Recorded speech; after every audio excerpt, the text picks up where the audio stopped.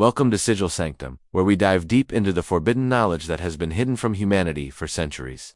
I'm your host, and today we're about to embark on a journey that will completely shatter everything you think you know about the beginning of the world. Have you ever wondered why the world seems fundamentally broken? Why innocent children suffer while the wicked prosper? Why natural disasters destroy entire communities without warning? Why war, famine, and disease seem to be permanent fixtures of human existence? Why does it feel like we're living in a cosmic horror story where suffering is the rule rather than the exception?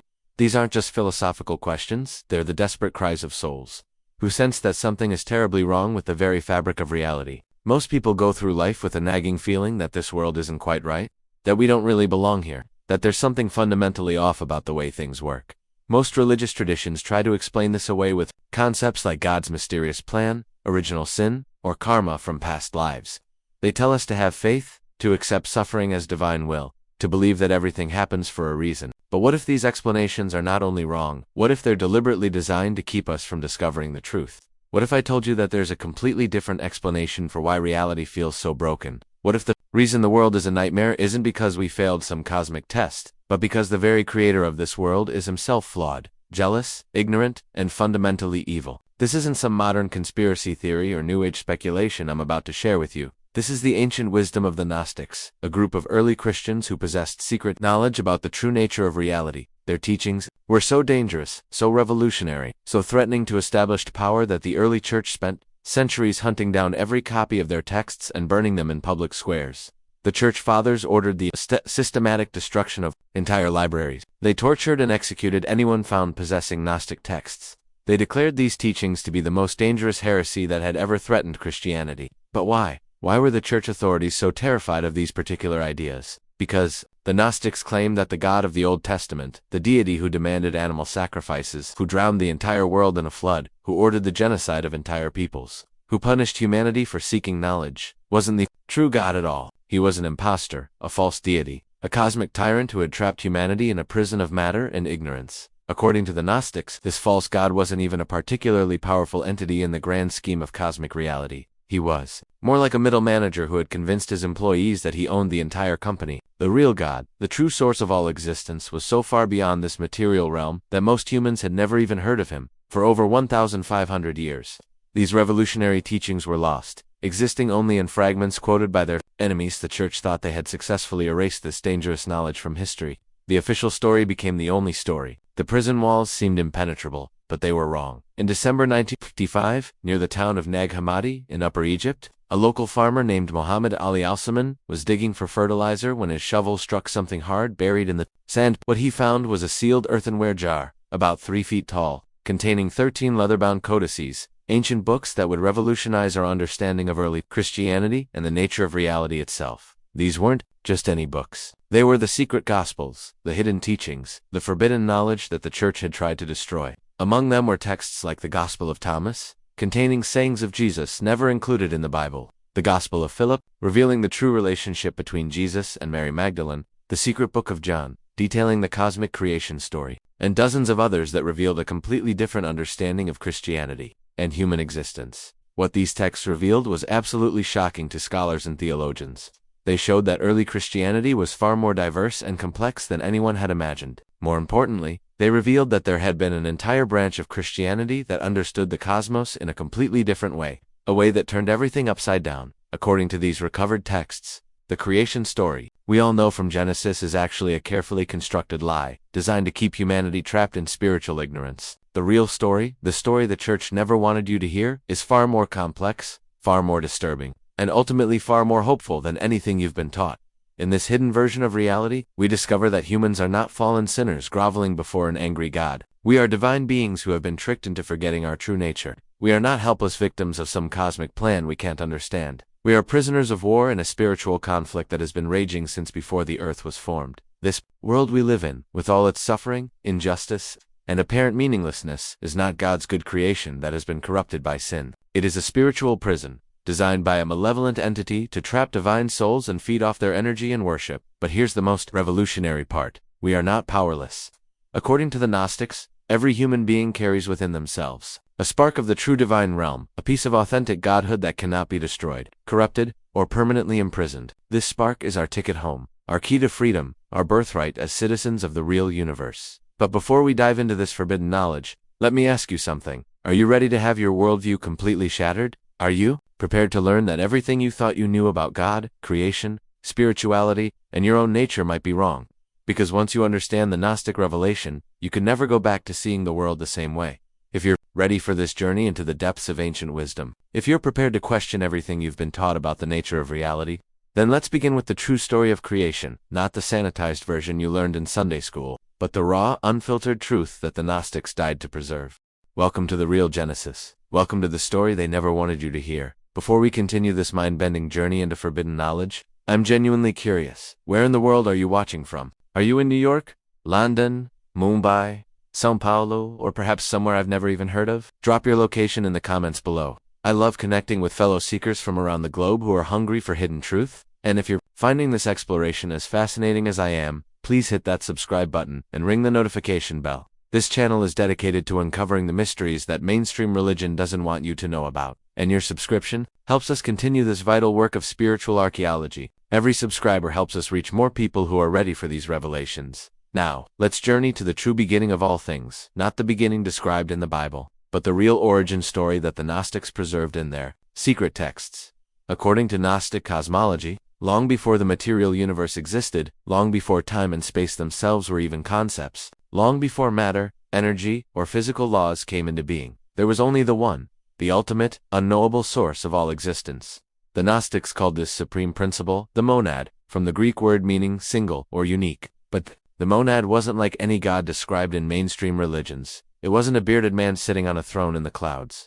It had no gender, no personality, no desires, no emotions, no thoughts as we understand them. It wasn't even correct to say that it existed, because existence implies limitation, and the monad was absolutely unlimited. Think of the monad as pure, being itself, infinite, perfect, eternal, and completely beyond human comprehension. Was so transcendent that it couldn't be described, named, or even conceived of properly. Any attempt to define or understand the monad would automatically fall short, because finite minds cannot grasp the infinite.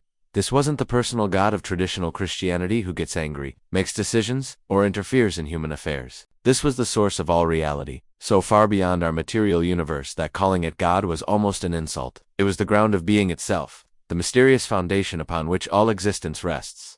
But here's where the story gets fascinating. From this unknowable source began a process that the Gnostics called emanation, not creation in the sense of making something from nothing, but rather a flowing forth of divine consciousness, like light radiating from the sun or music flowing from a perfect symphony. These emanations were called eons, and they were the first divine beings to emerge from the monad. But unlike created beings in other mythologies, the eons weren't separate entities that the monad made, they were aspects of the divine consciousness itself, personified as spiritual beings while remaining fundamentally one with the source. The eons came in pairs, called syzygies, representing complementary aspects of divinity. Picture them as cosmic principles that work together in perfect harmony. There was depth Bythus paired with silent Sig, representing the mysterious, unknowable nature of the source. There was mind Nous paired with truth, Aletheia, representing divine consciousness and perfect knowledge. There was word Logos paired with life, Zoe, representing the power of divine creation and the eternal vitality that flows from it. Each successive pair of eons was slightly less perfect than the one before, not because they were flawed, but because they were further removed from the ultimate source. Think of it like ripples in a perfectly still pond. The ripples closest to where the stone dropped are strongest and clearest, while those further out become progressively weaker. But even the weakest ripple is still part of the same water, still connected to the original disturbance. All of these eons existed together in a realm called the pleroma, which means fullness in Greek. The pleroma was the true spiritual universe, infinite and perfect, where all divine beings dwelt in absolute harmony. It was a realm of pure consciousness, where thought and reality were one, where love and wisdom flowed freely among all beings, where conflict, suffering, and limitation were literally impossible. Imagine a reality where every being is perfectly wise, infinitely loving, and completely fulfilled, where there is no scarcity, no competition, no misunderstanding, no pain, where every soul knows its place in the cosmic order and is perfectly content with that role, where the joy of one is shared by all, and the wisdom of each contributes to the knowledge of the whole. The pleroma was organized in a complex but harmonious hierarchy, with 30 eons in total, arranged in groups and pairs according to their proximity to the source. At the top were the first 4 eons that emerged directly from the monad, the tetrad, representing the fundamental principles of divine reality. Then came the decad, 10 eons arranged in 5 pairs, representing the fuller development of divine consciousness. Finally, there was the Dodecad 12 eons in 6 pairs, representing the complete manifestation of divine potential. This wasn't a hierarchy of domination or control, like the power structures we know in the material world. It was a cosmic order based on love, wisdom, and voluntary cooperation. Each eon knew its role and fulfilled it perfectly, not out of compulsion but out of pure love for the whole. For eons of time, though time as we understand it didn't exist in the pleroma, everything was in perfect balance. The eons contemplated the mystery of the unknowable Father, but they didn't presume to fully comprehend him. They understood that there were limits to what even divine beings could know, and they were content with those limits. They shared their wisdom with each other, participated in the eternal dance of divine consciousness, and basked in the infinite love that flowed from the source. It was paradise in the truest sense, not a place of material pleasure, but a state of spiritual perfection where all beings were united in love and understanding. But among all the eons there was one whose nature would prove to be fateful for the entire cosmos. Her name was Sophia, which means wisdom in Greek. Sophia was the youngest of the eons, the most recently emanated, and she possessed an quality that would prove both beautiful and dangerous: an insatiable curiosity about the ultimate mystery of the Father. Sophia's desire wasn't evil or selfish. It came from a pure love of truth and a genuine hunger for knowledge. She looked at the infinite mystery of the monad and felt a burning desire to understand it completely, to know the unknowable, to comprehend the incomprehensible. In a sense, her curiosity was the most divine thing about her. It represented the eternal quest for truth that drives all spiritual seeking. But the other eons began to worry about Sophia's obsession. They tried to explain to her that the Father was unknowable for a profound reason, that attempting to fully comprehend the infinite would be like trying to contain the ocean in a teacup. The mystery wasn't a problem to be solved, but a reality to be reverently contemplated. They warned her that there were cosmic laws even divine beings couldn't violate, that trying to transcend the natural order could have catastrophic consequences. They reminded her that even in the perfect pleroma, there were boundaries that shouldn't be crossed. But Sophia was driven by a passion that couldn't be reasoned with. The more the other eons tried to dissuade her, the more determined she became. She was like a spiritual scientist who had glimpsed the ultimate equation but couldn't rest until she had solved it completely. In her burning desire to know the Father directly, Sophia made a decision that would change the course of cosmic history. She decided to conceive a child, not with her divine partner, as was the natural order in the pleroma, but alone, through her own power and will. She wanted to create something that could bridge the gap between herself and the unknowable source. This was an act of cosmic hubris, an attempt to transcend the natural order through sheer force of will. In the perfect harmony of the pleroma, creation always happened through the union of complementary forces, the syzygy pairs working together in love and wisdom. Sophia was attempting to short-circuit this process, to create through desire, alone rather than through the balanced cooperation that characterized all divine activity.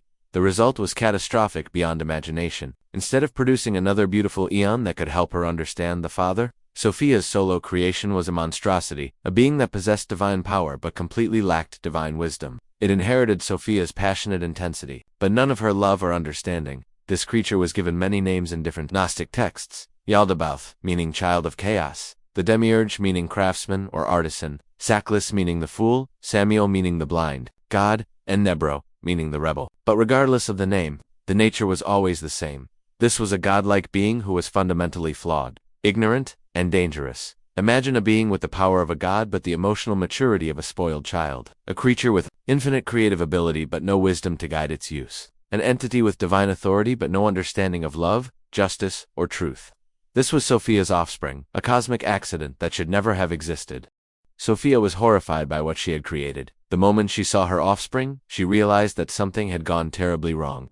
This creature radiated arrogance, ignorance, and malevolence. It possessed divine power, but that power was twisted and corrupted by its fundamentally flawed nature. In her shame and terror, Sophia made a desperate decision. She cast this abomination out of the pleroma, hurling it into the void beyond the realm of divine perfection. She hoped that by removing it from the divine realm, she could prevent it from causing further damage.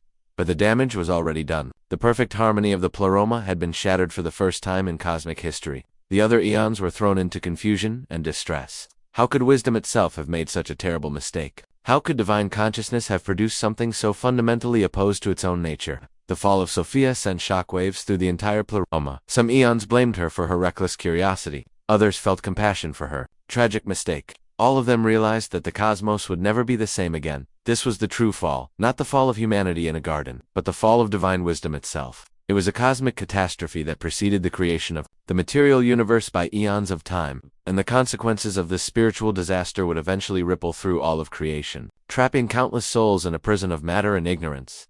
The creature that Sophia had cast into the void, Yaldabaoth, would soon begin its own twisted work of creation, establishing a false reality designed to trap and torment the very divine sparks from which it had emerged. The stage was set for a cosmic war between truth and deception, between the authentic divine realm and a counterfeit creation ruled by an ignorant pretender. But this is only the beginning of our story. The real horror and the real hope lies in what happened next. Cast out from the pleroma into the infinite void, Sophia's monstrous offspring found itself alone in the Kenema, the emptiness, the realm of chaos that existed beyond the boundaries of divine perfection. This creature Yaldabaoth was unlike anything that had ever existed before in the history of consciousness. Imagine the psychological state of this entity. It had never known the loving community of the pleroma, never experienced the guidance of wiser beings, never learned the cosmic laws that governed proper creation. It possessed immense power inherited from its divine mother, but it completely lacked the wisdom, love, and understanding that characterized all true divine beings. It was like a child with the power of a god,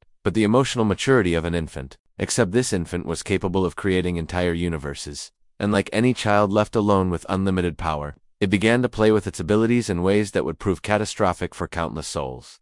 The first thing Yaldabaoth did was look around at the empty void and make a declaration that would echo through the ages. I am God, and there is no other beside me. This wasn't just arrogance speaking, it was a statement of genuine belief. Having never known the pleroma or the true Father, having no experience of authentic divinity, Yaldabaoth actually believed that it was the supreme deity of all existence. In its ignorance, it thought the empty void was the entirety of reality. It had no conception of the infinite realm of light and love from which it had been expelled. As far as Yaldabaoth was concerned, it was the first and only God, the creator of everything, the supreme authority over all that existed. But Yaldabaoth was lonely in its cosmic isolation. The void was empty, silent, and meaningless. So it began to create companions for itself, beings that would serve as its angels, its administrators, its court of divine servants. These creatures were called archons from the Greek word meaning rulers or authorities. But unlike the eons of the pleroma, who were emanations of love and wisdom, the archons were projections of Yaldabaoth's own flawed nature.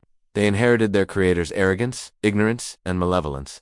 They were spiritual beings, yes, but they were fundamentally corrupted from the moment of their creation. The number and names of the archons varied among different Gnostic texts, but they typically numbered 7 or 12, corresponding to the planets and zodiacal signs that would later govern the material universe. Each archon was given dominion over a particular aspect of existence: time, space, matter, the elements, and various psychological and spiritual forces.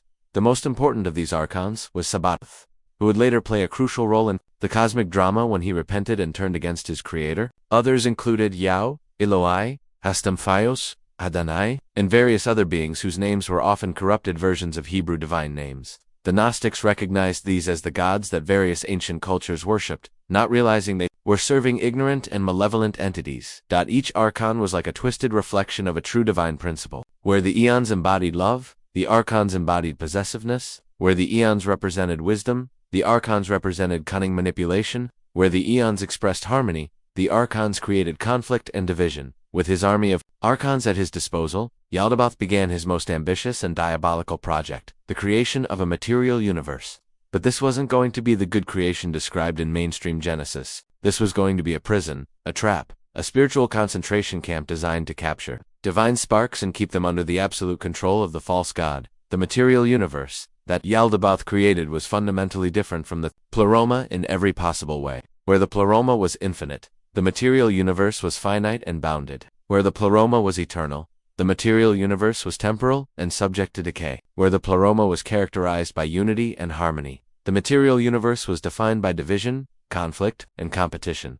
Yaldabaoth created matter itself, not as a neutral substance that could be used for good or evil, but as a kind of spiritual quicksand, designed to trap consciousness and make it forget its divine origin. Matter was heavy, dense, limiting the opposite of the light, free consciousness that characterized the pleroma. He created space as a prison, dividing the infinite into separate compartments where souls could be isolated from each other and from their source. He created time as a chain, binding eternal beings to temporal limitations and making them forget their immortal nature. He created the laws of physics as shackles, forcing spiritual beings to operate according to mechanical principles rather than the organic flow of divine consciousness. Gravity would pull them down, entropy would wear them out, and the speed of light would limit their communication with the divine realm. The planets were not just celestial bodies in this cosmic prison system, they were actual prisons, each one ruled by one of the archons, the 7 traditional planets: Moon, Mercury, Venus, Sun, Mars, Jupiter, and Saturn, became the 7 heavens, each one a layer of the cosmic prison that souls would have to navigate after death.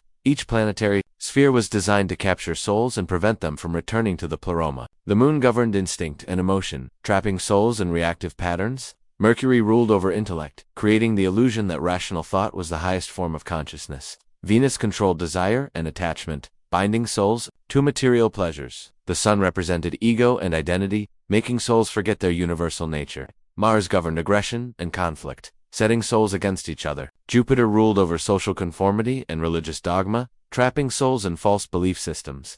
And Saturn presided over limitation and death, convincing souls that they were finite and mortal. The zodiac was not a helpful guide for understanding personality or destiny, but rather a system of spiritual entrapment that influenced and controlled human behavior from birth to death. Each sign represented a different type of prison, a different way of limiting divine consciousness and keeping it focused on material concerns. But Yaldabaoth's masterstroke was the creation of the human body. He looked down at his material creation and realized that it was empty, lacking the divine spark that would make it truly alive. He needed to capture some of that divine essence from the pleroma and trap it. Within his material forms, the process by which this happened is described differently in various Gnostic texts, but the essential story is consistent. Somehow, portions of Sophia's divine essence became trapped within the material creation. Some texts say this happened when Sophia tried to rescue her offspring and became partially trapped herself. Others suggest that the archons somehow stole divine light from the pleroma through trickery or violence. In the most detailed account found in the secret book of John, Yaldabaoth and his archons worked together to fashion a material body based on a reflection of the divine human form they had glimpsed in the waters of the pleroma. But they couldn't animate this body on their own. They lacked the power of true life. So Yaldabaoth gave his captives a direct command that would become the first lie ever told in creation: of every tree of the garden you may freely eat. Of the tree of the knowledge of good and evil you shall not eat, for in the day that you eat of it you shall surely die. This commandment reveals the true nature of the demiurge more clearly than anything else. He wasn't protecting Adam and Eve from some spiritual danger, he was protecting his own power over them. He knew that if they gained knowledge of good and evil, they would immediately recognize him as evil and rebel against his authority. The threat of death was pure manipulation, designed to keep them in fearful obedience. But the divine spark within Adam and Eve was not entirely dormant. Even dulled by the pleasures of the garden, it still yearned for truth, for knowledge, for reunion with its source. There was something within them that couldn't be satisfied by material comfort alone, a hunger for meaning, purpose, and understanding that no amount of physical pleasure could fill. Help was coming from an unexpected source, the very being who had caused the cosmic catastrophe in the first place. Sophia, filled with remorse for her role in creating the demiurge and trapping divine sparks in matter, was determined to help the imprisoned souls escape from their prison. She couldn't enter the material world directly without becoming trapped herself, but she could send a messenger. This messenger took the form of a serpent, but this was no ordinary snake, and certainly not the Satan of Christian theology. This was a servant of divine wisdom, an agent of the true spiritual realm, sent to offer liberation to the captive souls. In Gnostic symbolism, the serpent represented Gnosis itself, the knowledge that could awaken the divine spark and reveal the true nature of reality. The serpent approached Eve first, recognizing that she was spiritually more receptive than Adam. In many Gnostic texts, Eve is portrayed as the more spiritually advanced of the two, more capable of receiving and understanding divine revelation. The serpent began its mission of spiritual education with a seemingly simple question: has God indeed said, "You shall not eat of every tree of the garden"? This wasn't a temptation to sin, it was the beginning of critical thinking. The serpent was teaching Eve to question authority, to examine the commands she had been given, to think for herself rather than blindly accepting whatever she was told. This was the first lesson in Gnosis. Don't accept anything on faith alone, but test all teachings against your own inner wisdom. Eve replied with the command as she understood it. They were allowed to eat from every tree except the tree of the knowledge of good and evil, for in the day that you eat of it, you shall surely die. Then the serpent delivered the truth that would change everything: you will not surely die. For God knows that when you eat of it, your eyes will be opened, and you will be like God, knowing good and evil. This was the first time in human history that anyone had dared to call the demiurge a liar. The serpent was revealing that the commandment was not given out of love or concern for human welfare, but out of fear and a selfish desire to maintain control. The forbidden fruit wouldn't bring death, it would bring awakening, enlightenment, the recovery of divine consciousness. The serpent went on to explain the true situation to Eve. She and Adam were not the helpless creatures that Yaldabaoth wanted them to believe they were. They were divine beings, sparks of the true God, temporarily trapped in material bodies by a cosmic accident.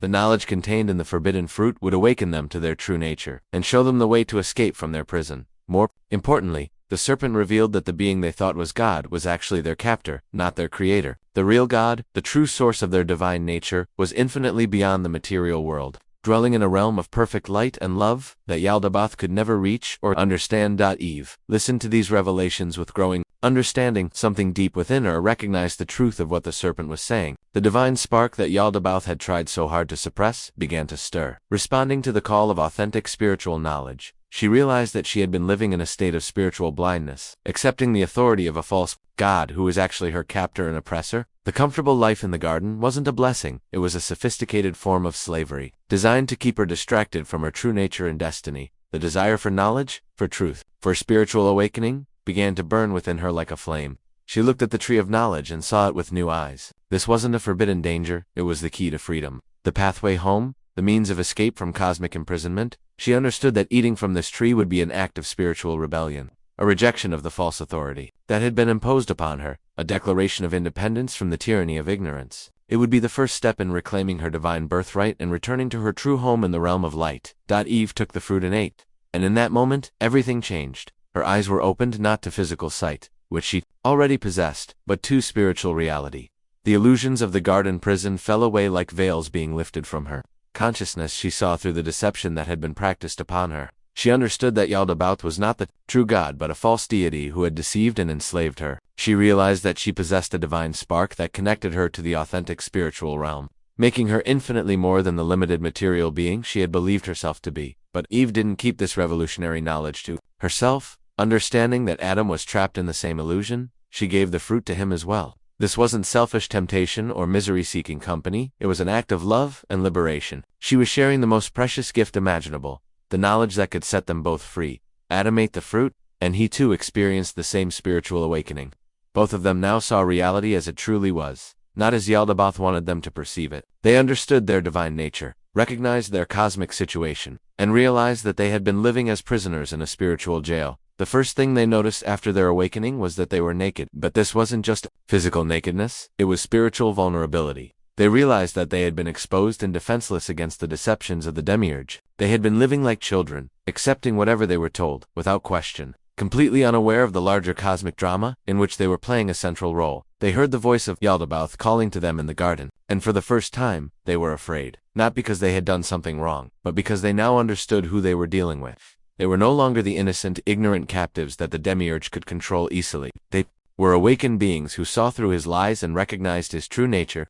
"Where are you?" Yaldabaoth called out as he searched for them. This question reveals one of the most important truths about the false god. Unlike the true divine beings of the Pleroma, the demiurge was not omniscient. He couldn't see everything, couldn't know everything, couldn't be everywhere at once. He was just a powerful but limited being who ruled through fear, deception, and the ignorance of his subjects. When Adam and Eve were found hiding among the trees, they could no longer pretend to be the obedient slaves they had been before. Their awakening was written all over their faces, evident in their behavior, impossible to conceal. The light of Gnosis had been kindled within them, and no amount of fear or intimidation could extinguish it. Adam confessed that they had eaten from the forbidden tree, but in his terror, he tried to shift the blame to Eve and even to God himself. "The woman whom you gave to be with me, she gave me of the tree, and I ate." This response shows how the awakening process isn't always smooth or immediately transformative. Even with Gnosis, souls can still react with fear and self-preservation when confronted by cosmic authority, but the fundamental damage to Yaldabaoth's control system had been done.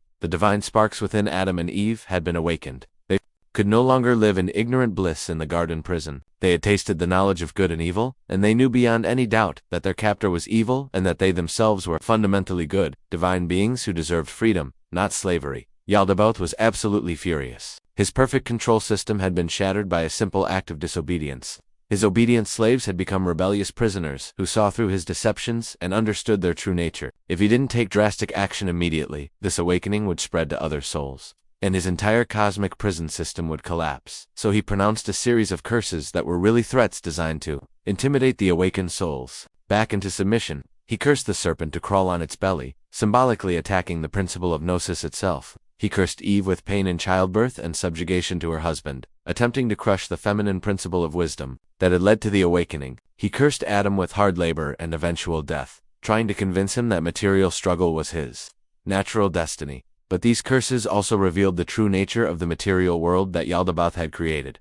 It was indeed a realm of suffering and limitation, designed from the beginning to punish those who dared to seek spiritual truth. The pain, struggle, and death that characterize human existence aren't mysterious aspects of some divine plan. They're the natural consequences of living in a reality created by an ignorant and malevolent being. Most significantly, expelled Adam and Eve from the garden, not as punishment for sin, but to prevent them from eating from the tree of life and becoming fully divine. Behold, the man has become like one of us, to know good and evil. And now, lest he put out his hand and take also of the tree of life, and eat, and live forever. This statement is perhaps the most revealing thing the false god ever said.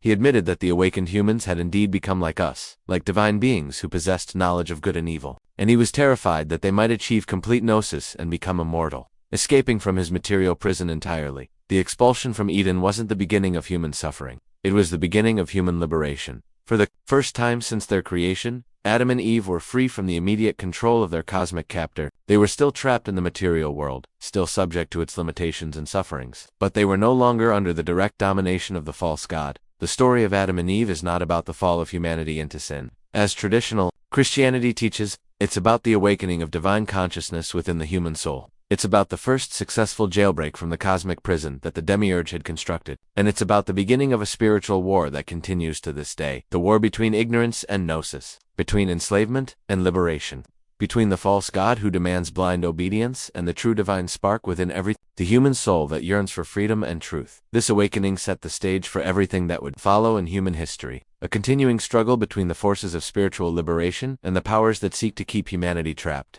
in ignorance and servitude. The choice that Adam and Eve made in the garden is the same choice that every soul faces. Will we accept the comfortable prison of ignorance, or will we seek the dangerous freedom of truth? The awakening of Adam and Eve was just the beginning of what would become an eternal cosmic war between the forces of ignorance and enlightenment. As their descendants spread across the earth over the generations, the fundamental spiritual divide that had been established in the garden continued to manifest in increasingly complex ways.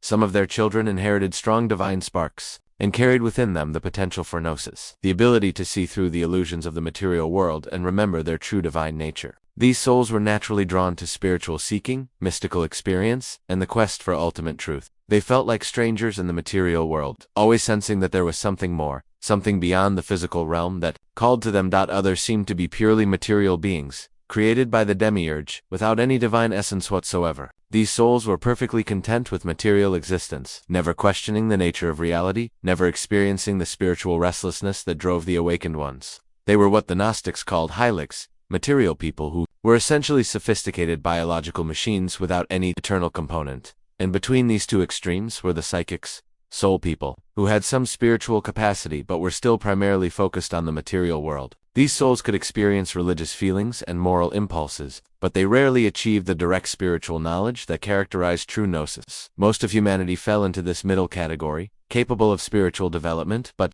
easily distracted by material concerns. This spiritual divide created fundamental tension in human civilization from the very beginning. The story of Cain and Abel takes on profound new meaning when understood from this Gnostic perspective. According to the hidden teachings, Cain was the offspring of Eve and one of the archons, a being of mixed divine and demonic nature, possessing both the potential for spiritual awakening and a strong tendency toward material obsession and violence. Abel, on the other hand, was the son of Adam and Eve, carrying a purer divine spark that made him naturally oriented toward spiritual truth, rather than material power. The conflict between the two brothers wasn't just sibling rivalry, it was the first manifestation of the cosmic war between spiritual and material consciousness. When the two brothers brought offerings to Yaldabaoth, the false god's response revealed his true, sadistic nature. He accepted Abel's animal sacrifice because he delighted in blood, death, and suffering. The pain of material beings literally fed his power and satisfied his twisted psychology. But he rejected Cain's offering of fruits and grains, because these didn't involve killing or causing suffering. This wasn't divine justice or moral preference, it was the perverted taste of a deity who sustained himself on the negative emotions and life force of his captives. Yaldabaoth preferred violence and death to peace and life, conflict to harmony, suffering to joy. His moral system was designed not to promote good, but to generate the maximum amount of pain and fear. Cain's murder of Abel was not the first sin that brought death into the world, as traditional Christianity teaches.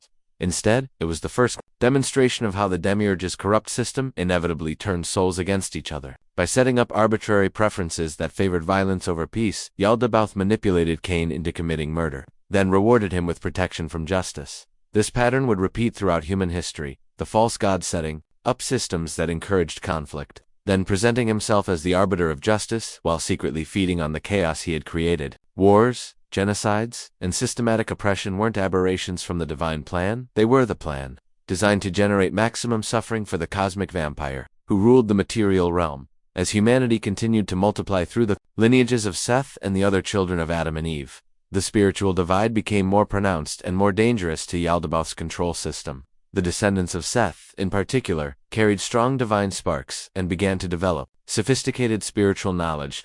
Some of them achieved complete gnosis and escaped the material prison entirely, ascending back to the pleroma in their lifetime.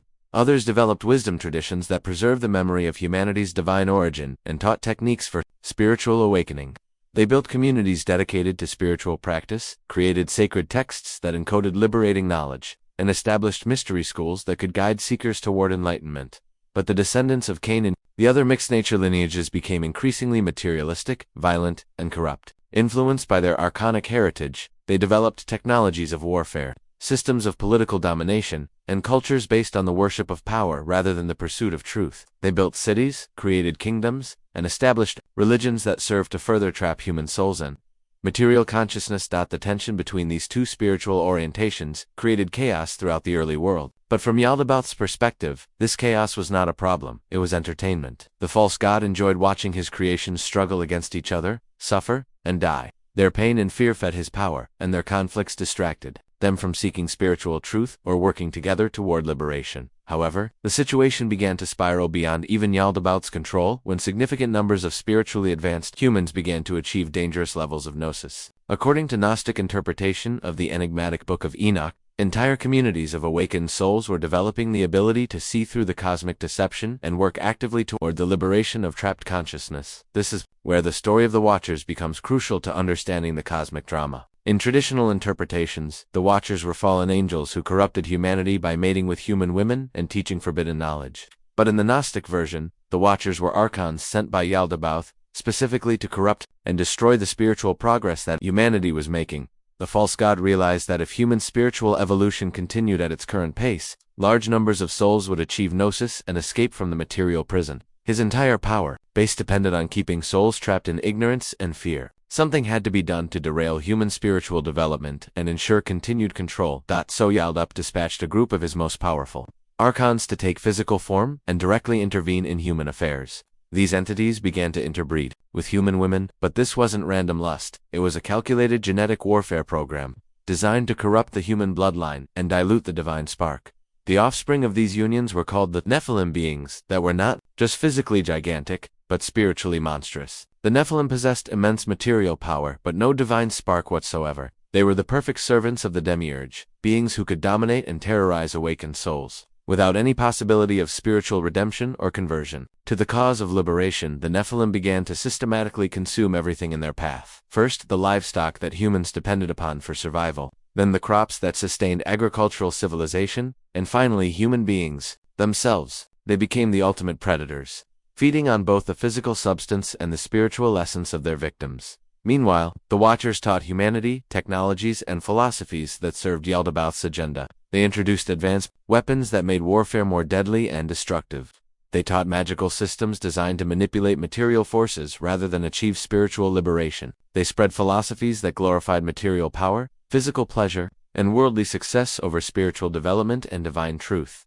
The result was a world consumed by violence, corruption, and spiritual darkness on a scale that made even the early conflicts between Cain's and Seth's descendants look like minor disagreements. The divine sparks within humanity were being systematically crushed, corrupted, or misdirected. The knowledge of Gnosis was being lost as communities of awakened souls were destroyed or co-opted. The cosmic prison was becoming more secure than it had ever been, but help was coming from the realm of authentic divinity. Within the pleroma, Christ, one of the highest eons and a being of pure divine consciousness, observed the catastrophe that was unfolding in the material world. Moved by infinite compassion for the suffering souls trapped in Yaldabaoth's prison, Christ decided to intervene directly in the cosmic drama. Christ dispatched 4 divine messengers into the material world to combat the archons and their Nephilim offspring. These messengers appeared as angels, Michael, Gabriel, Raphael, and Uriel, but they were actually emanations of Christ himself, carrying the full power of the true divine realm into the heart of the cosmic prison. The battle that followed was nothing less than the first cosmic war between the forces of authentic divinity and the powers of the false creation.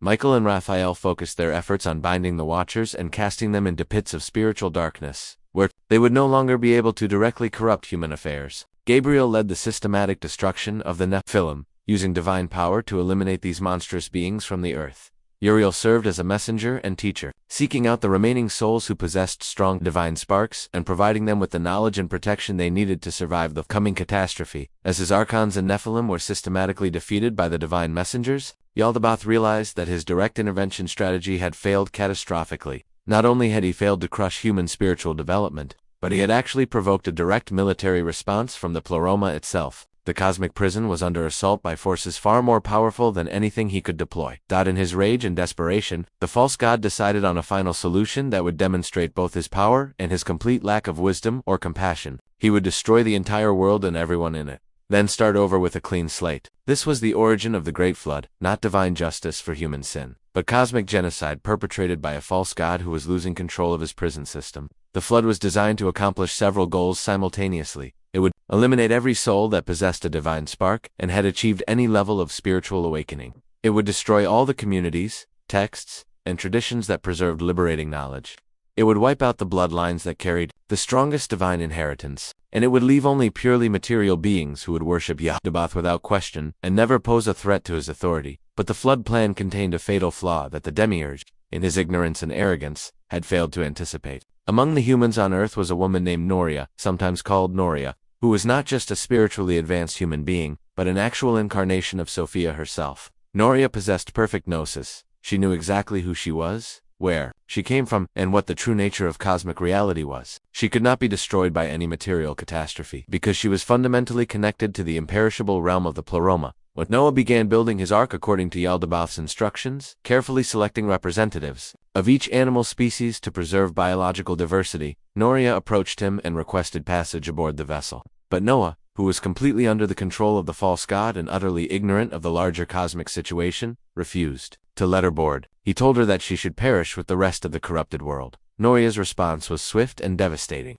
She breathed fire upon the ark, not ordinary flame, but the purifying fire of divine gnosis that could destroy any creation of the demiurge. The entire structure was reduced to ashes in moments, demonstrating that the power of authentic spiritual knowledge was infinitely greater than any material construction, no matter how divinely inspired it might claim to be. This act of cosmic defiance sent shockwaves through the entire archonic hierarchy. Yaldabaoth was enraged beyond measure that a mere human woman had dared to destroy his carefully laid plans. He immediately dispatched a group of his most powerful archons to capture Noria and punish her for this act of rebellion. The archons approached Noria with threats and intimidation, promising to do to her what they had done to Eve centuries earlier, to rape and humiliate her as punishment for her spiritual rebellion, to break her will and force her into submission to their master's authority. But Noria was not the spiritually naive Eve who had been caught off guard by the archons' attack in the early days of human history. She was Sophia herself, fully awakened to her cosmic identity and armed with complete knowledge of the cosmic situation. When the archons approached her with their threats, she confronted them with truths that struck at the very foundation of their existence. "You are the spawn of ignorance," she told them with fearless authority. "You have no power over me because I am connected to the imperishable realm that exists beyond your master's reach. Your false god Yaldabaoth is not the true god, and his reign of terror is already coming to an end. You are fighting against forces that you cannot comprehend, serving a master who has lied to you about the very nature of reality." The archons were stunned by this display of fearless gnosis. They had never encountered a human being who was completely unafraid of their power, who could speak with such authority about cosmic truths, who radiated the unmistakable light of authentic divine knowledge. Noria's words carried the force of absolute truth, and even these corrupted spiritual beings could not stand against it. At that moment, the angel Elilith appeared to assist Noria. Elilith was another emanation of Christ, sent specifically to ensure that the divine spark would not be completely extinguished by Yaldabaoth's genocidal flood. With power that dwarfed anything the archons could muster, Elilith carried Noria away from the Earth and back toward the Pleroma, where she would resume her full cosmic role as an aspect of divine wisdom. During their journey through the spiritual realms, Elilith revealed to Noria the complete cosmological truth, the entire story from the emanation of the eons to the fall of Sophia, from the creation of Yaldabaoth to the trapping of divine sparks and matter, from the awakening of Adam and Eve to the current cosmic crisis. This wasn't just historical information. It was the complete gnosis that every trapped soul needed to achieve. Liberation. But Noria's escape and ascension had an unexpected consequence that would change the cosmic balance of power. One of Yaldabaoth's most important archons witnessed her return to the Pleroma and began to understand the truth about the cosmic situation. Unlike his fellow archons, Sabaoth possessed enough spiritual capacity to recognize that his master had been lying about being the only god. When he saw Noria ascend to the divine realm, when he witnessed the power and authority of the true spiritual forces, when he understood that there was indeed a higher realm of divine beings infinitely superior to anything in the material creation, Sabaoth experienced something unprecedented. In archonic history, genuine repentance filled with remorse for his role in oppressing divine souls and maintaining the cosmic prison system. Sabaoth turned away from his father Yaldabaoth and publicly acknowledged the authority of the true divine realm. This act of cosmic treason sent shockwaves through the archonic hierarchy and demonstrated that even the servants of the false god were not beyond redemption if they chose truth over loyalty. Sophia, moved by Sabaoth's sincere repentance and his courageous decision to abandon the cosmic tyranny he had served, forgave him completely and granted him a throne in the seventh heaven, above all the other archons. From this elevated position, Sabaoth began to work secretly against his father's prison system, helping divine sparks escape from material entrapment and protecting humans who achieved gnosis from archonic persecution. Meanwhile, back on Earth, the flood proceeded exactly as Yaldabaoth had planned. For 40 days and 40 nights, waters covered the entire planet, killing every living thing except those aboard Noah's hastily rebuilt ark. Billions of souls perished in the cosmic genocide, their physical bodies destroyed by the global catastrophe, but this wasn't the complete victory that Yaldabaoth had hoped to achieve. The divine sparks that had been trapped in the bodies of the flood victims were not destroyed by physical death. They were simply released back into the spiritual realm, where they could eventually be reincarnated into new material forms. The Demiurge had succeeded in destroying human civilization and wiping out accumulated spiritual knowledge. But he had not eliminated the fundamental threat that divine consciousness posed to his authority.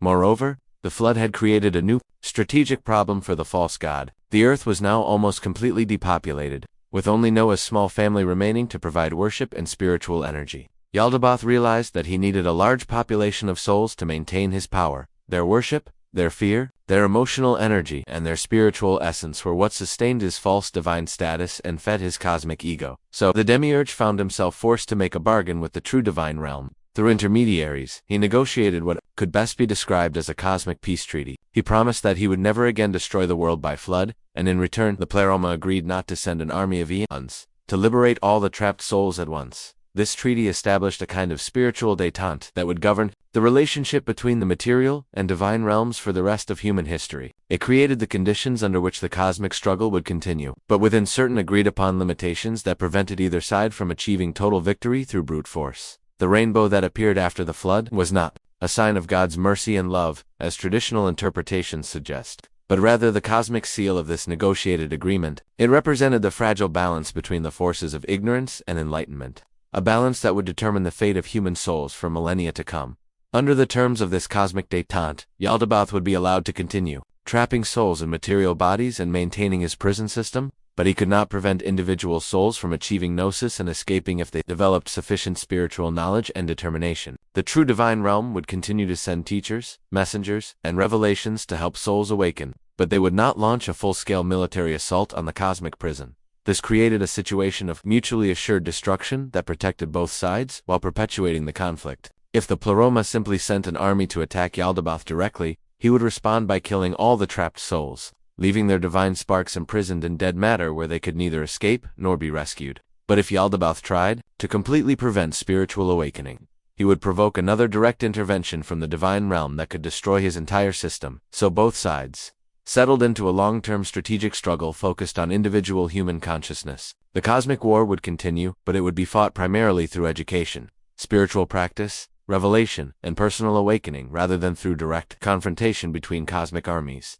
This spiritual situation continues to this day. We live in a world where both ignorance and enlightenment are possible, where souls can choose between spiritual slavery and liberation. where the cosmic war between truth and deception plays out primarily in the realm of individual consciousness and personal spiritual development. As Noah's descendants began to repopulate the earth, the same fundamental spiritual dynamics that had existed before the flood began to reassert themselves. Some humans carried strong divine sparks and were capable of achieving gnosis through spiritual practice and divine revelation. Others were purely material beings who were content to worship the false god and live in spiritual ignorance. And many fell somewhere in between, possessing some spiritual capacity, but remaining focused primarily on material concerns and worldly success. The story of the Tower of Babel represents the next major confrontation between humanity and the demiurge. In this post-flood world, as civilization redeveloped and humans began to remember their spiritual heritage, some communities attempted to build structures that would allow them to ascend directly to the divine realm and escape from the material prison permanently. This wasn't an act of pride or rebellion against the true God, as traditional interpretations suggest. It was a collective attempt to achieve gnosis and return to the pleroma, essentially a spiritual technology project designed to facilitate mass enlightenment and liberation from cosmic imprisonment. Yaldabaoth was absolutely terrified by this development. If humans succeeded in building a reliable pathway back to the divine realm, if they developed spiritual technologies that could facilitate mass awakening, his entire prison system would collapse virtually overnight. Millions of souls would escape simultaneously, and his power base would evaporate. So he intervened decisively by confusing their languages and scattering them across the earth.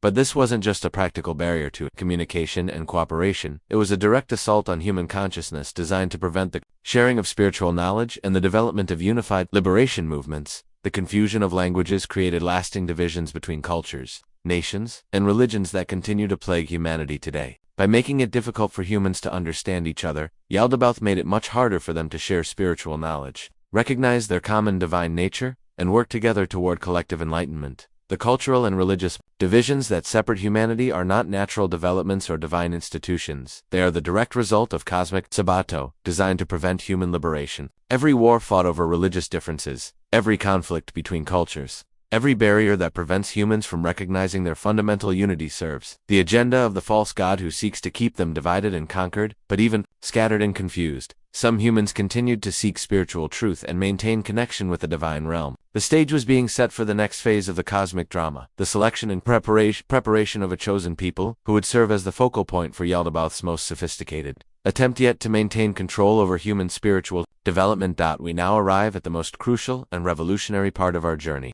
Through Gnostic cosmology, the ultimate intervention of the true divine realm in human affairs and the revelation of the path that leads to complete spiritual liberation. Among the scattered post-flood humanity, searching for souls who could serve his cosmic agenda, Yaldabaoth identified a man named Abraham, who possessed both a strong divine spark and a susceptible personality that could be manipulated for the false god's purposes. The demiurge had learned from his previous failures with humanity and had developed a far more sophisticated strategy for maintaining control over divine souls. Instead of ruling over all humanity directly through brute force and intimidation, Yaldabaoth decided to create a chosen people who would serve as his special servants and help him maintain control over the rest of the human population. Abraham was selected to be the founder of this chosen lineage, not because he was spiritually superior to other humans, but because he was susceptible to the false god's manipulation while possessing enough divine spark to be useful. The covenant that Yaldabaoth made with Abraham was a spiritual trap disguised as a divine blessing. In exchange for exclusive worship and unquestioning obedience, the demiurge promised to make Abraham's descendants into a great nation that would eventually rule over all other peoples. This wasn't divine favor, it was cosmic bribery designed to secure the loyalty of a powerful spiritual lineage and turn them into unwitting agents of continued human enslavement. The practice of circumcision that was instituted as a sign of this covenant had a deeper spiritual significance that most people have never understood. In Gnostic interpretation, circumcision was a physical mark that identified souls as belonging specifically to Yaldabaoths, a form of spiritual branding that made it more difficult for these souls to achieve complete gnosis and escape from the material prison. The stories of Isaac, Jacob, Joseph, and the other patriarchs all follow the same essential pattern: the false god manipulating human events to maintain control over his chosen lineage while preventing them from achieving true spiritual awakening. The deceptions, conflicts, sufferings, and moral ambiguities that characterize these stories are not mysterious parts of a divine plan, but rather the inevitable results of being under the influence of an ignorant and malevolent deity. The enslavement of the Israelites in Egypt represents a particularly sophisticated example of Yaldabaoth's manipulation. Egypt, in Gnostic symbolism, represents the material world itself, a land of spiritual bondage where souls are enslaved to earthly powers. and completely forget their divine origin.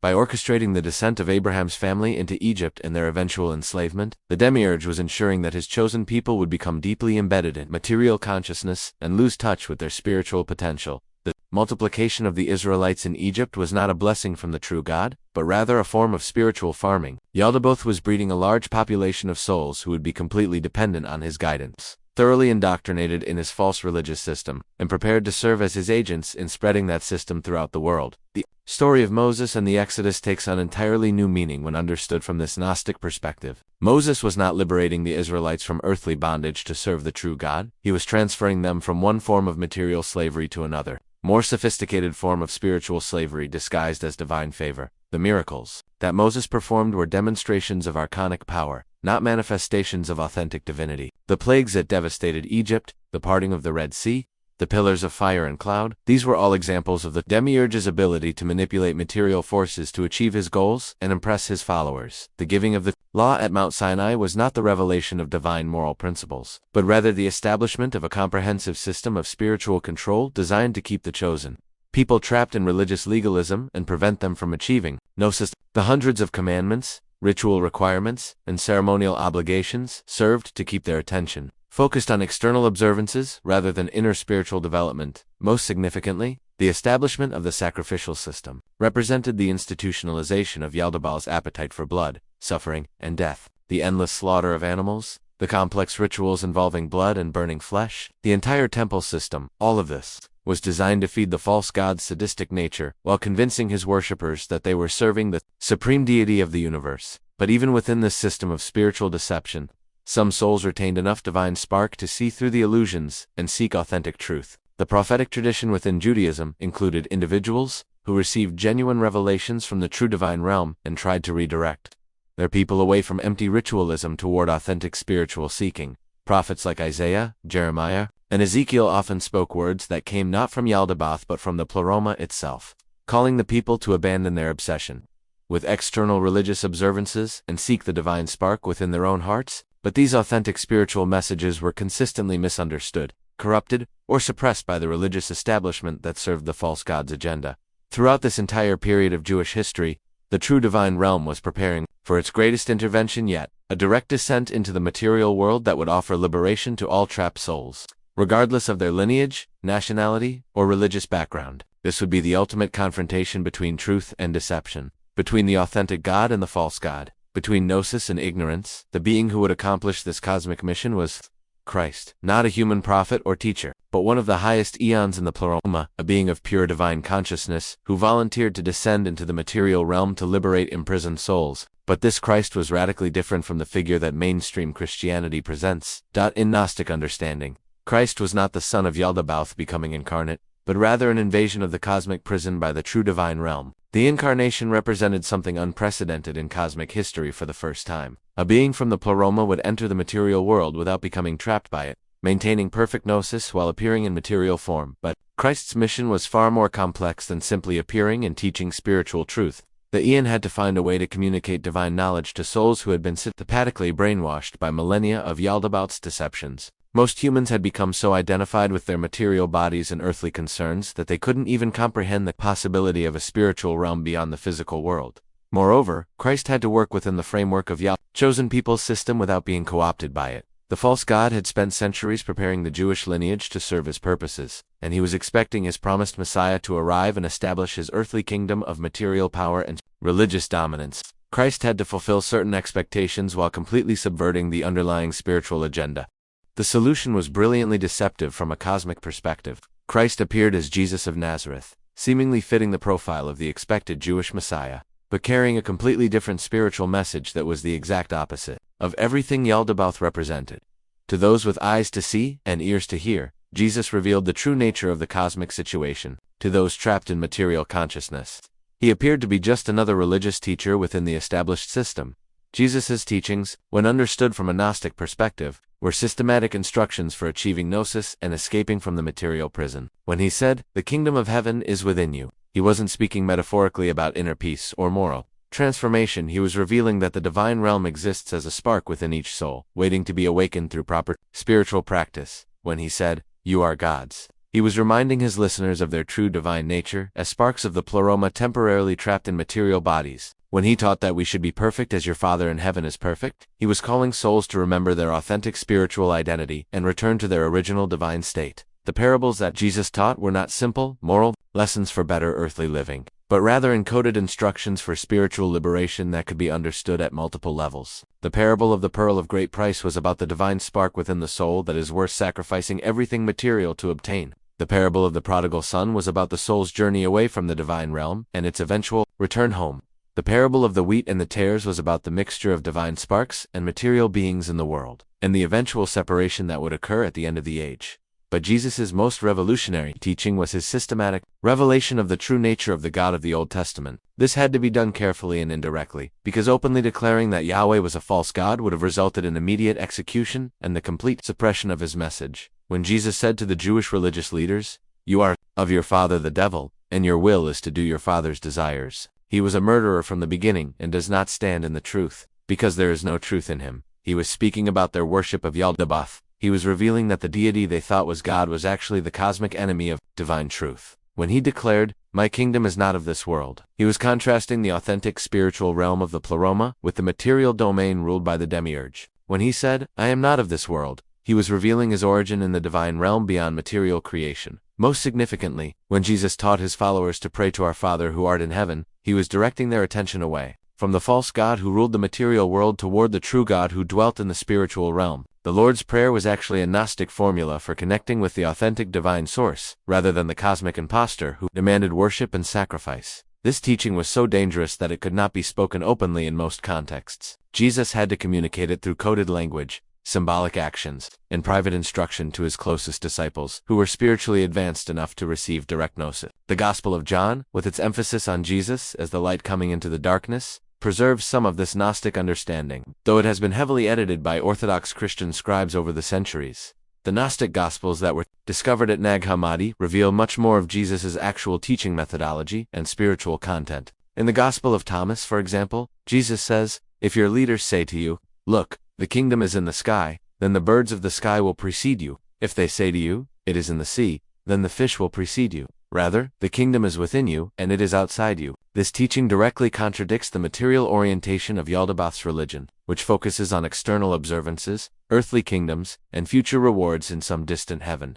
Jesus was teaching that divine reality is accessible here and now, through inner spiritual awakening rather than through external religious performance or institutional authority. In the Gospel of Philip, Jesus explains the relationship between gnosis and salvation. Those who say they will die first and then rise are in error. If they do not first receive the resurrection while they live, when they die they will receive nothing. This reveals that spiritual liberation is not something that happens after physical death, but rather a transformation of consciousness that must occur during earthly life. The Secret Book of John contains Jesus' most detailed explanation of the cosmic situation, including the fall of Sophia, the creation of Yaldabaoth, the trapping of divine sparks in matter, and the path of return to the pleroma. This text shows that Jesus understood himself to be an emanation of the divine realm, sent specifically to liberate imprisoned souls through the transmission of gnosis. The crucifixion of Jesus takes on a completely different meaning when understood within this Gnostic framework. It wasn't a sacrifice to appease divine wrath or pay for human sin, as Orthodox Christianity teaches. It was Yaldabaoth's desperate attempt to destroy the being who was systematically liberating his prisoners and exposing his cosmic deception to public scrutiny. The false god recognized that Jesus represented an existential threat to his entire prison system. Here was a being who possessed complete gnosis, who could awaken divine sparks with a word, who could heal the spiritual blindness that kept souls trapped in material consciousness. If Jesus' mission succeeded, millions of souls would escape from the cosmic prison, and Yaldabaoth's power would be broken forever. So the demiurge worked through his human agents, the religious authorities who served his interests, the political powers who maintained his earthly system, and the crowds who had been indoctrinated with his values to accomplish the physical destruction of this cosmic threat. The crucifixion was meant to demonstrate that anyone who challenged the authority of the false god would face the ultimate punishment, but Yaldabaoth's apparent victory was actually his greatest defeat. Christ, being a divine eon from the pleroma, could not be permanently destroyed by material death. The resurrection demonstrated that beings with complete gnosis are beyond the power of the material world and its false ruler. Death is only final for those who are completely identified with their material bodies and have forgotten their divine nature. More importantly, Christ's mission was not dependent on his physical survival. He had already accomplished his primary goal, planting the seeds of gnosis in human consciousness and establishing a tradition of authentic spiritual teaching that would continue long after his physical departure from the world. The early Christian communities that formed immediately after Jesus' death and resurrection were originally Gnostic in orientation. They understood that salvation came through knowledge rather than faith, through inner awakening rather than external religious observance, through direct spiritual experience rather than belief in doctrinal formulations. These early Christians practiced meditation, contemplative prayer, visionary experiences, and other techniques specifically designed to awaken the divine spark within each individual. They understood that the goal of spiritual life was not to worship Jesus as an external savior, but to achieve the same level of Christ consciousness that he had demonstrated during his earthly ministry. They preserved and transmitted the secret teachings that Jesus had given to his closest disciples, creating a rich tradition of Gnostic literature that included Gospels, Acts, Apocalypses, and theological treatises that revealed the true nature of cosmic reality and the path to spiritual liberation. But Yaldabaoth was not finished with his counterattack against the Christ mission, working through human agents who were either ignorant of the true cosmic situation or actively serving his agenda. The false god began a systematic campaign to corrupt the Christian message and transform it into another tool of spiritual enslavement. The process began within decades of Jesus' death, as leaders emerged within the Christian movement who emphasized external authority over inner experience, institutional power over personal gnosis, and blind faith over direct spiritual knowledge. These leaders gradually suppressed the Gnostic teachings and replaced them with a simplified message that could be easily controlled by religious authorities. The conversion of the Roman Emperor Constantine in the early 4th century marked the complete victory of Yaldabaoth's counter-reformation. The church that emerged from this process was not the continuation of Christ's liberation mission, but rather its opposite, a spiritual prison disguised as a path to salvation. A system of cosmic control masquerading as divine revelation. Systematic destruction of Gnostic texts and the brutal persecution of Gnostic Christians that followed was not the triumph of orthodox truth over dangerous heresy, as church historians would later claim. It was the suppression of authentic spiritual knowledge by the agents of cosmic deception. The final victory of ignorance over gnosis, the successful conversion of Christianity from a liberation movement into a control system. The solution was brilliantly deceptive from a cosmic perspective. Christ appeared as Jesus of Nazareth, seemingly fitting the profile of the expected Jewish Messiah, but carrying a completely different spiritual message that was the exact opposite of everything Yaldabaoth represented. To those with eyes to see and ears to hear, Jesus revealed the true nature of the cosmic situation. To those trapped in material consciousness, he appeared to be just another religious teacher within the established system. Jesus' teachings, when understood from a Gnostic perspective, were systematic instructions for achieving gnosis and escaping from the material prison. When he said, "The kingdom of heaven is within you," he wasn't speaking metaphorically about inner peace or moral transformation. He was revealing that the divine realm exists as a spark within each soul, waiting to be awakened through proper spiritual practice. When he said, "You are gods," he was reminding his listeners of their true divine nature as sparks of the pleroma temporarily trapped in material bodies. When he taught that we should be perfect as your Father in heaven is perfect, he was calling souls to remember their authentic spiritual identity and return to their original divine state. The parables that Jesus taught were not simple, moral lessons for better earthly living, but rather encoded instructions for spiritual liberation that could be understood at multiple levels. The parable of the pearl of great price was about the divine spark within the soul that is worth sacrificing everything material to obtain. The parable of the prodigal son was about the soul's journey away from the divine realm and its eventual return home. The parable of the wheat and the tares was about the mixture of divine sparks and material beings in the world, and the eventual separation that would occur at the end of the age. But Jesus' most revolutionary teaching was his systematic revelation of the true nature of the God of the Old Testament. This had to be done carefully and indirectly, because openly declaring that Yahweh was a false god would have resulted in immediate execution and the complete suppression of his message. When Jesus said to the Jewish religious leaders, "You are of your father the devil, and your will is to do your father's desires," he was a murderer from the beginning and does not stand in the truth, because there is no truth in him. He was speaking about their worship of Yaldabaoth. He was revealing that the deity they thought was God was actually the cosmic enemy of divine truth. When he declared, "My kingdom is not of this world," he was contrasting the authentic spiritual realm of the pleroma with the material domain ruled by the demiurge. When he said, "I am not of this world," he was revealing his origin in the divine realm beyond material creation. Most significantly, when Jesus taught his followers to pray to our Father who art in heaven, he was directing their attention away from the false god who ruled the material world toward the true God who dwelt in the spiritual realm. The Lord's Prayer was actually a Gnostic formula for connecting with the authentic divine source, rather than the cosmic impostor who demanded worship and sacrifice. This teaching was so dangerous that it could not be spoken openly in most contexts. Jesus had to communicate it through coded language, symbolic actions, and private instruction to his closest disciples, who were spiritually advanced enough to receive direct gnosis. The Gospel of John, with its emphasis on Jesus as the light coming into the darkness, preserves some of this Gnostic understanding, though it has been heavily edited by Orthodox Christian scribes over the centuries. The Gnostic Gospels that were discovered at Nag Hammadi reveal much more of Jesus' actual teaching methodology and spiritual content. In the Gospel of Thomas, for example, Jesus says, "If your leaders say to you, 'Look, the kingdom is in the sky,' then the birds of the sky will precede you. If they say to you, 'It is in the sea,' then the fish will precede you. Rather, the kingdom is within you, and it is outside you." This teaching directly contradicts the material orientation of Yaldabaoth's religion, which focuses on external observances, earthly kingdoms, and future rewards in some distant heaven. Jesus was teaching that divine reality is accessible here and now, through inner spiritual awakening rather than through external religious performance or institutional authority. In the Gospel of Philip, Jesus explains the relationship between gnosis and salvation. Those who say they will die first and then rise are in error. If they do not first receive the resurrection while they live, when they die they will receive nothing. This reveals that spiritual liberation is not something that happens after physical death, but rather a transformation of consciousness that must occur during earthly life. The Secret Book of John contains Jesus' most detailed explanation of the cosmic situation, including the fall of Sophia, the creation of Yaldabaoth, the trapping of divine sparks in matter, and the path of return to the pleroma. This text shows that Jesus understood himself to be an emanation of the divine realm, sent specifically to liberate imprisoned souls through the transmission of gnosis. The crucifixion of Jesus takes on a completely different meaning when understood within this Gnostic framework. It wasn't a sacrifice to appease divine wrath or pay for human sin, as Orthodox Christianity teaches.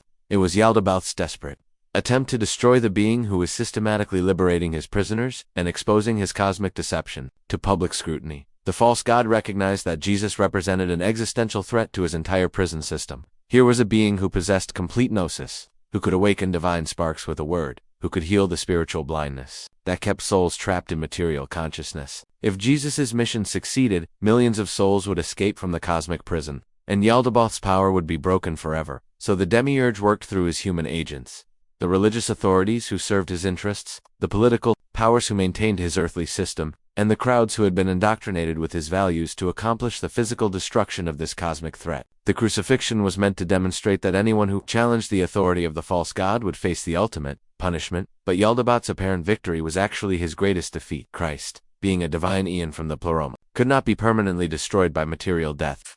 The resurrection demonstrated that beings with complete gnosis are beyond the power of the material world and its false ruler. Death is only final for those who are completely identified with their material bodies and have forgotten their divine nature. More importantly, Christ's mission was not dependent on his physical survival. He had already accomplished his primary goal, planting the seeds of gnosis in human consciousness and establishing a tradition of authentic spiritual teaching that would continue long after his physical departure from the world. The early Christian communities that formed immediately after Jesus' death and resurrection were originally Gnostic in orientation. They understood that salvation came through knowledge rather than faith, through inner awakening rather than external religious observance, through direct spiritual experience rather than belief in doctrinal formulations.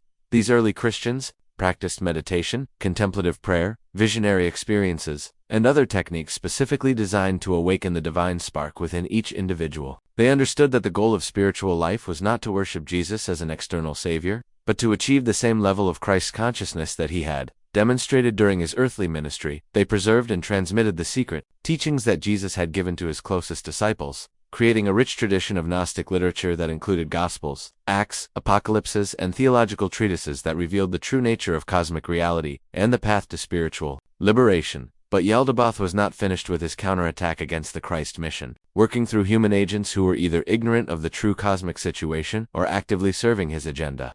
The false god began a systematic campaign to corrupt the Christian message and transform it into another tool of spiritual enslavement. The process began within decades of Jesus' death. As leaders emerged within the Christian movement who emphasized external authority over inner experience, institutional power over personal gnosis, and blind faith over direct spiritual knowledge, these leaders gradually suppressed the Gnostic teachings and replaced them with a simplified message that could be easily controlled by religious authorities. The conversion of the Roman Emperor Constantine in the early 4th century marked the complete victory of Yaldabaoth's Counter-Reformation. The church that emerged from this process was not the continuation of Christ's liberation mission, but rather its opposite, a spiritual prison disguised as a path to salvation. A system of cosmic control masquerading as divine revelation. Systematic destruction of Gnostic texts, and the brutal persecution of Gnostic Christians that followed, was not the triumph of orthodox truth over dangerous heresy. As church historians would later claim, it was the suppression of authentic spiritual knowledge by the agents of cosmic deception.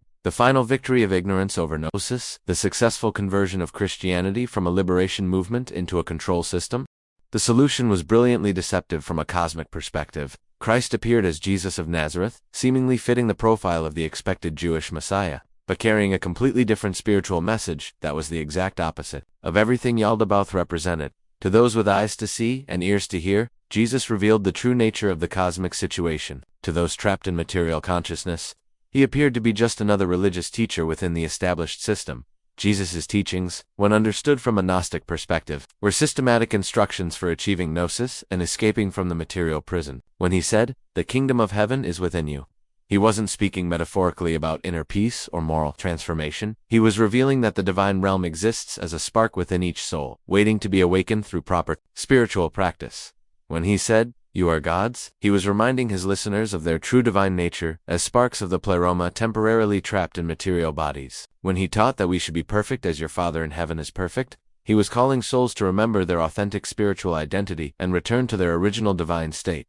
The parables that Jesus taught were not simple moral lessons for better earthly living, but rather encoded instructions for spiritual liberation that could be understood at multiple levels. The parable of the pearl of great price was about the divine spark within the soul that is worth sacrificing everything material to obtain. The parable of the prodigal son was about the soul's journey away from the divine realm and its eventual return home. The parable of the wheat and the tears was about the mixture of divine sparks and material beings in the world, and the eventual separation that would occur at the end of the age. But Jesus' most revolutionary teaching was his systematic revelation of the true nature of the God of the Old Testament. This had to be done carefully and indirectly, because openly declaring that Yahweh was a false god would have resulted in immediate execution and the complete suppression of his message. When Jesus said to the Jewish religious leaders, "You are of your father the devil, and your will is to do your father's desires," he was a murderer from the beginning and does not stand in the truth, because there is no truth in him. He was speaking about their worship of Yaldabaoth. He was revealing that the deity they thought was God was actually the cosmic enemy of divine truth. When he declared, "My kingdom is not of this world," he was contrasting the authentic spiritual realm of the pleroma with the material domain ruled by the demiurge. When he said, "I am not of this world," he was revealing his origin in the divine realm beyond material creation. Most significantly, when Jesus taught his followers to pray to our Father who art in heaven, he was directing their attention away from the false god who ruled the material world toward the true God who dwelt in the spiritual realm. The Lord's Prayer was actually a Gnostic formula for connecting with the authentic divine source rather than the cosmic impostor who demanded worship and sacrifice. This teaching was so dangerous that it could not be spoken openly in most contexts. Jesus had to communicate it through coded language, symbolic actions, and private instruction to his closest disciples who were spiritually advanced enough to receive direct gnosis. The Gospel of John, with its emphasis on Jesus as the light coming into the darkness, preserves some of this Gnostic understanding, though it has been heavily edited by Orthodox Christian scribes over the centuries. The Gnostic Gospels that were discovered at Nag Hammadi reveal much more of Jesus' actual teaching methodology and spiritual content. In the Gospel of Thomas, for example, Jesus says, "If your leaders say to you, 'Look, the kingdom is in the sky,' then the birds of the sky will precede you. If they say to you, 'It is in the sea,' then the fish will precede you. Rather, the kingdom is within you, and it is outside you." This teaching directly contradicts the material orientation of Yaldabaoth's religion, which focuses on external observances, earthly kingdoms, and future rewards in some distant heaven. Jesus was teaching that divine reality is accessible here, and now, through inner spiritual awakening rather than through external religious performance or institutional authority. In the Gospel of Philip, Jesus explains the relationship between gnosis and salvation. Those who say they will die first and then rise are in error. If they do not first receive the resurrection while they live, when they die, they will receive nothing. This reveals that spiritual liberation is not something that happens after physical death, but rather a transformation of consciousness that must occur during earthly life. The Secret Book of John contains Jesus' most detailed explanation of the cosmic situation, including the fall of Sophia, the creation of Yaldabaoth, the trapping of divine sparks in matter, and the path of return to the pleroma? This text shows that Jesus understood himself to be an emanation of the divine realm sent specifically to liberate imprisoned souls through the transmission of Gnosis. The crucifixion of Jesus takes on a completely different meaning when understood within this Gnostic framework. It wasn't a sacrifice to appease divine wrath or pay for human sin, as Orthodox Christianity teaches. It was Yaldabaoth's desperate attempt to destroy the being who is systematically liberating his prisoners and exposing his cosmic deception to public scrutiny. The false god recognized that Jesus represented an existential threat to his entire prison system. Here was a being who possessed complete gnosis, who could awaken divine sparks with a word, who could heal the spiritual blindness that kept souls trapped in material consciousness. If Jesus' mission succeeded, millions of souls would escape from the cosmic prison, and Yaldabaoth's power would be broken forever. So the demiurge worked through his human agents, the religious authorities who served his interests, the political powers who maintained his earthly system, and the crowds who had been indoctrinated with his values to accomplish the physical destruction of this cosmic threat. The crucifixion was meant to demonstrate that anyone who challenged the authority of the false god would face the ultimate punishment, but Yaldabaoth's apparent victory was actually his greatest defeat. Christ, being a divine eon from the pleroma, could not be permanently destroyed by material death.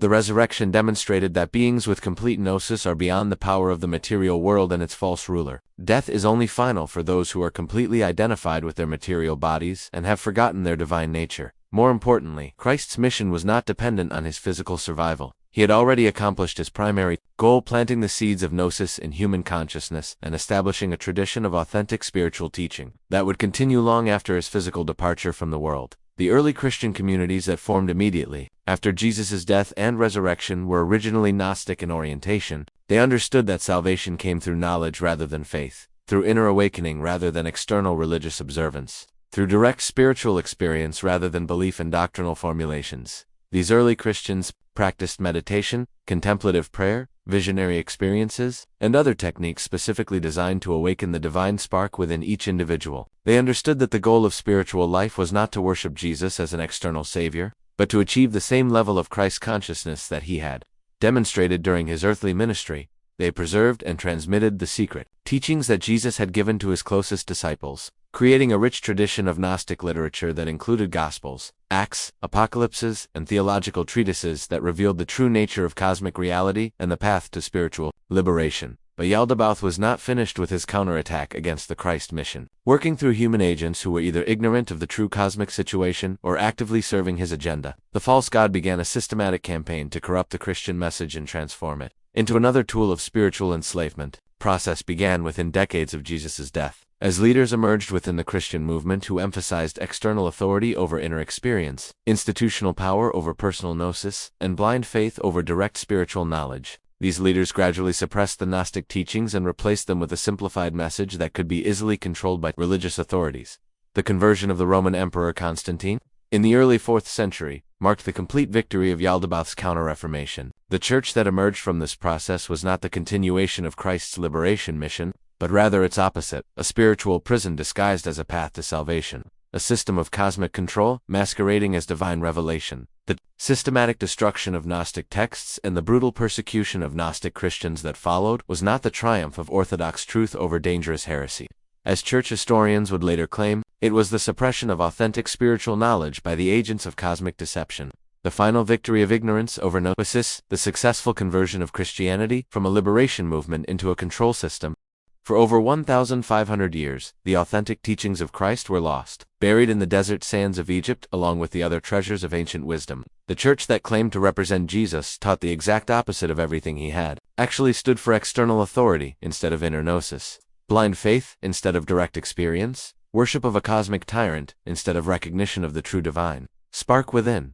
But truth has an indestructible quality that allows it to survive even the most systematic attempts at suppression. The discovery of the Nag Hammadi Library in 1945 marked the beginning of a new phase in the cosmic struggle, the restoration of gnosis to human consciousness after centuries of enforced ignorance. The ancient Gnostic texts that emerged from the Egyptian desert carried the same liberating power that had made them so dangerous to the early church. They revealed that mainstream Christianity had been founded on a fundamental misunderstanding or deliberate distortion of Jesus' actual message. They showed that the religion that claimed to offer salvation was actually another form of the same spiritual prison that had always trapped human souls. Most importantly, they demonstrated that the path to liberation was still available to any soul courageous enough to seek it. The gnosis that Jesus had taught, the divine spark that burns within every human heart, the cosmic truth about our origin and destiny, all of this remained accessible to those who were willing to abandon comfortable illusions and seek authentic, spiritual reality. That's what does this ancient Gnostic revelation mean for us today, living in the 21st century. Whether you interpret these teachings literally as cosmic history or symbolically as profound psychological and spiritual truth, they offer a radically different perspective on the human condition and our potential for transformation. According to the Gnostics, we are not fallen sinners in need of salvation by an external savior who died to appease an angry God. We are divine beings who have temporarily forgotten our true nature and become trapped in a matrix of illusion, designed to keep us spiritually asleep and energetically enslaved. We are not helpless victims of an inscrutable divine plan that includes suffering, injustice, and death as mysterious necessities. We are prisoners of war in a spiritual conflict that has been raging since before the physical universe was created, and we possess within ourselves the key to our own liberation. Suffering we experience in this world is not divine justice, karmic punishment, or character building, education provided by a loving God. It is the inevitable consequence of being trapped in a reality created and maintained by an ignorant and malevolent entity who feeds on our pain, fear, and spiritual confusion. But we are not powerless in this situation. Within each of us burns an indestructible spark of the true divine realm, the pleroma. This spark cannot be destroyed by material death, corrupted by earthly experience, or trapped forever by the systems of control that dominate our world. It is our eternal essence, our cosmic birthright, our ticket home to the realm of infinite light and love. The path to liberation is gnosis direct, experiential knowledge of our true nature and the real structure of cosmic reality. This knowledge cannot be given to us by external authorities, learned from books, or achieved through religious rituals. It must be discovered within ourselves through spiritual practice, contemplative meditation, and the courage to question everything we have been taught about the nature of reality. The Gnostic path is not for everyone, and it's important to be honest about this. It requires a willingness to abandon comfortable illusions and face disturbing truths about the nature of our reality. It demands that we take complete responsibility for our own spiritual development, rather than depending on external saviors or institutional authorities. It calls us to become spiritual rebels against the cosmic system that seeks to keep us trapped in ignorance and fear. For those who are ready to undertake this journey of awakening, the ancient Gnostic texts offer practical guidance that remains as relevant today as it was 2,000 years ago. They teach specific techniques of meditation and contemplation designed to awaken the divine spark and establish conscious contact with the pleroma. They provide detailed maps of the spiritual realms that souls must navigate during the process of liberation. They offer protection against the deceptions and attacks of the archonic forces that seek to prevent spiritual awakening. Most importantly, they remind us that we are not alone in this struggle. Christ continues to send messengers and teachers into the world to help souls achieve gnosis and escape from cosmic imprisonment. Sophia works constantly to undo the damage caused by her fallen offspring and guide awakening souls back to their divine source. And throughout history, there have always been individuals who have achieved complete spiritual liberation and dedicated their lives to helping others follow the same path. The cosmic war between ignorance and gnosis, between the false god and the true divine realm, between spiritual slavery and liberation, continues to rage in our time with perhaps greater intensity than ever before. Every time a soul awakens to its true divine nature, the power of Yaldabaoth's cosmic prison is weakened. Every act of genuine spiritual seeking contributes to the ultimate liberation of all trapped consciousness. We are living in what the Gnostics would recognize as the end times, not the end of the physical world, but the end of the age of ignorance, and the beginning of a new era of spiritual awakening. More and more souls are beginning to see through the illusions that have kept humanity trapped for millennia. The ancient wisdom is being restored through archaeological discoveries, scholarly research, and direct spiritual revelation. The cosmic prison is beginning to crack under the pressure of expanding human consciousness. The question for each of us is simple but profound. Will we continue to live as prisoners in Yaldabaoth's material prison, accepting the limitations and sufferings that he has imposed upon us? Will we remain trapped in the spiritual infancy that characterizes most human existence, believing whatever we are told by external authorities and never questioning the nature of our reality? Or will we awaken to our true nature as divine beings, and claim our birthright as citizens of the eternal realm of light? Will we develop the courage to seek gnosis regardless of the cost? Will we join the ranks of those who have seen through the cosmic deception and are working to liberate other trapped souls?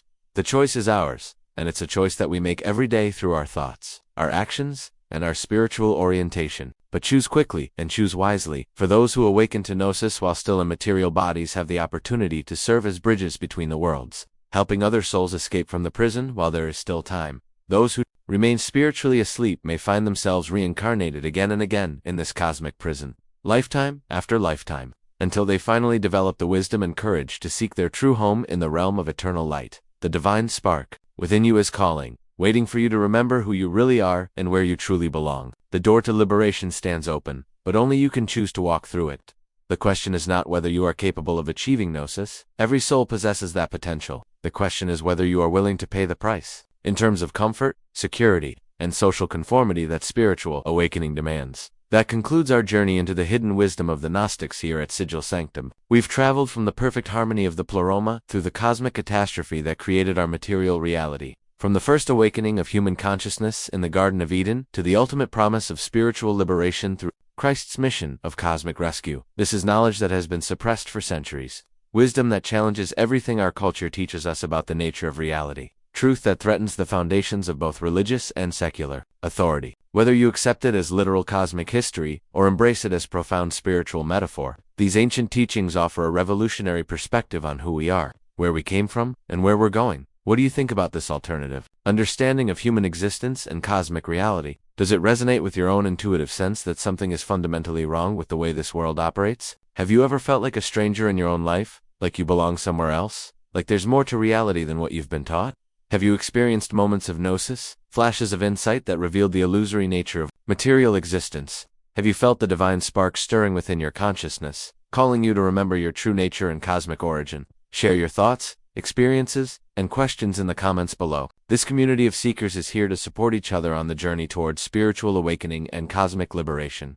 If this exploration has awakened something within you, if you're hungry for more hidden wisdom and forbidden knowledge, make sure to subscribe to Sigil Sanctum and hit the notification bell. We'll continue to explore the mysteries that mainstream religion and secular science don't want you to know about, the ancient wisdom traditions, the suppressed teachings, the cosmic truths that can set your soul free. Remember, the truth is stranger and more wonderful than you ever imagined, and your true nature is more glorious than you've ever been taught to believe. The divine spark within you is indestructible, eternal, and destined for liberation. The only question is when you'll choose to fan that spark into the flame of Gnosis that will burn away the illusions that bind you, and light your path home to the realm of infinite light. The cosmic prison may seem overwhelming, the archonic forces may appear invincible, and the path to liberation may look impossibly difficult. But remember what the ancient Gnostics knew. Truth is always stronger than deception. Love is always more powerful than fear. And the divine spark within you carries the power of the infinite pleroma itself. You are more than you know. You have always been more than you know. And you are destined for a freedom and a glory that surpasses anything this material world can offer. The question is not whether you can achieve Gnosis and escape from cosmic imprisonment. The question is whether you will choose to begin that journey today. Until next time, keep seeking, keep questioning, and remember, you are a divine being temporarily trapped in matter, but the door to liberation stands open before you. All you have to do is choose to walk through it. The cosmic war continues, but victory is assured for those who align themselves with truth, love, and the indestructible light of divine consciousness. Welcome to the revolution. Welcome to the path of Gnosis. Welcome home to your true divine nature.